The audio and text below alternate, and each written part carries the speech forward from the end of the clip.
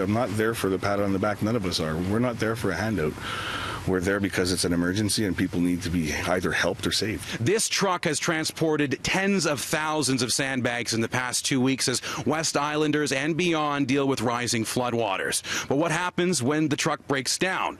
Well, random people in the community stepped in to help. Eric Patch Jacob has been working tirelessly the past 2 weeks with his team of volunteers, helping shore up dikes and transporting sandbags to keep the rising waters at bay. If we weren't there, I don't know what would have happened. You know, like if there's a call that comes out at midnight, 2 o'clock in the morning, I know that one of my guys or me can get out there.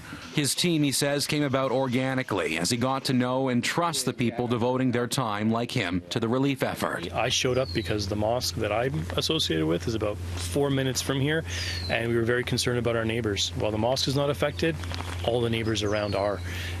So we wanted to come out and try and do as much as possible.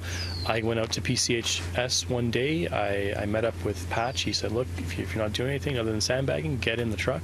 We've been working together for the last 14 days and it hasn't stopped. And, you know, the city has provided us with materials, with the sand. The citizens have bagged it. But then earlier this week, his truck broke down. Another volunteer shared his story on social media. The response was massive and immediate. Within, I think, 2 hours, somebody had come pick up the truck, brought it to their shop, worked tirelessly, I'm sure, because there was a lot of work to do. And I received the truck back. He got the 16-year-old Dodge Ram back within a day, and on Thursday was back out with his team checking sandbag walls. Jacob says he's too caught up in the tunnel vision of helping to think much about how he feels, but Patch admits he was touched by the help. And it was shocking to me. I was speechless. I really didn't know how to take that because I'm usually one that gives. I'm not one that receives. So for me to be on the other side of that fence, it's kind of, you know, awkward for me, but, you know, I'm eternally grateful for what they did.